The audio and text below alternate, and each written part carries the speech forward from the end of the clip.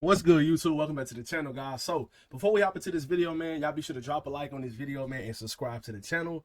I appreciate you guys for the recent love on the channel, man. Thank y'all so much. So let's hop into what should the Lakers do next after signing Marcus Smart via buyout.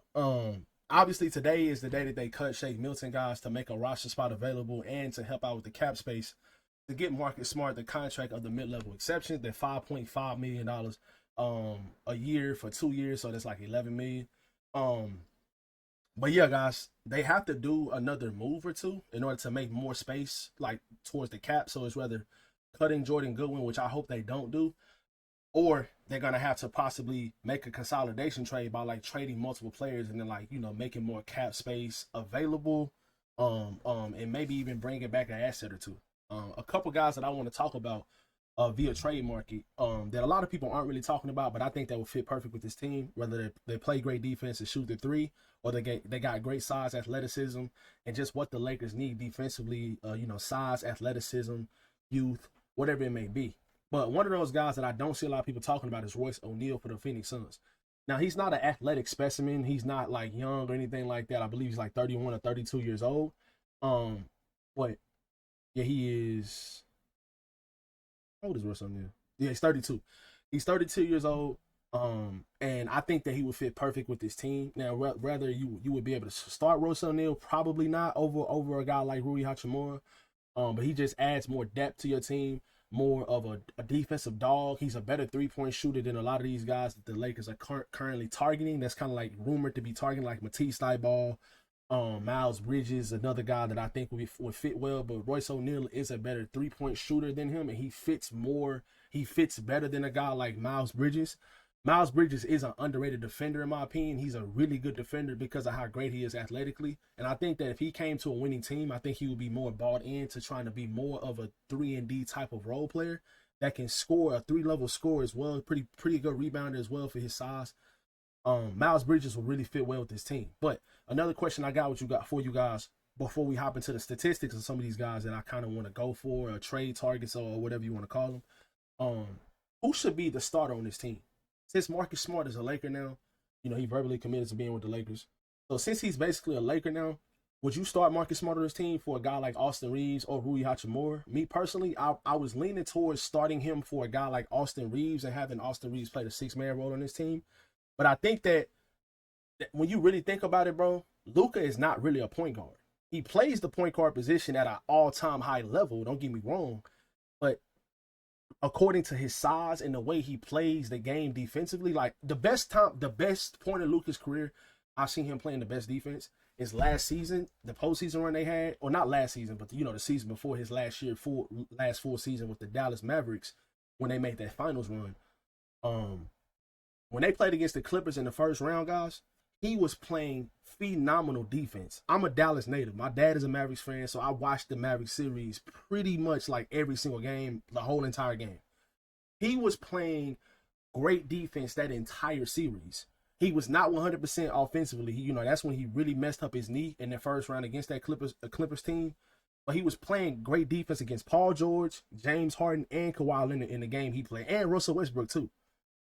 Even Russ isn't the player he used to be. I'm not here to talk down on Russell Westbrook or whatever, but obviously he's not the player he used to be. But just in general though, Luka Doncic was playing great defense on these bigger wings that aren't really fast and quick and stuff like that. Not like an Anthony Edwards or a Ja Morant, like these type of players. He plays his best defensive ball against guys that are kind of slower, bigger wing players, that are stronger, because Luka is strong. Post defense, he pretty strong. He can put his hands up. He rebounds the ball well. He looks like he's in phenomenal shape, by the way, as well. So my point is with this all is Luka is really not a point guard. So you can kind of slide everybody up if you wanted to start Marcus Smart for a guy like Rui Hachimura, and you can still play Austin Reeves, and him and Marcus Smart can kind of be the backcourt. And, Luka could play defense on some of these other bigger wing kind of players, So, I just believe that. And as I'm making this video, the Lakers have waived Jordan Goodwin. As I'm making this video, the Lakers have waived Jordan Goodwin. So I guess I just got the report from Shams that The Los Angeles Lakers have waived guard Jordan Goodwin. Sources tell ESPN Goodwin emerged as a key rotational piece for JJ late last season. Playing 29 games and 4 playoff contests, Goodwin and Shake Milton were released to clear space for the arrival of Marcus Smart. So now the Lakers are going to have 2 roster spots available, and I think that should pretty much do it to get the available cap space and obviously the roster room to sign a guy like Marcus Smart. Now they might keep this last roster spot available, guys. They might keep this last roster spot available, but I would go sign a guy like Al Horford. I would legitimately prioritize a guy like Al Horford. Now, will Al Horford sign for the vet minimum to be the backup center or be the backup big for this Lakers team? I don't know if he will, because I think teams like the Warriors and some of these other teams, like maybe even, or Denver has Valanciunas now, but there are some other teams like the Atlanta Hawks. Maybe they can pay him a little bit more. I know the Warriors can for sure because they haven't even done anything this offseason. And I think if they were to get Al Horford, I think Al Horford probably would be the starter for them. But at this age in Al Horford's career, like I think realistically the Lakers are the better team than the Warriors, right? And then on top of that, they have a realistic chance of winning.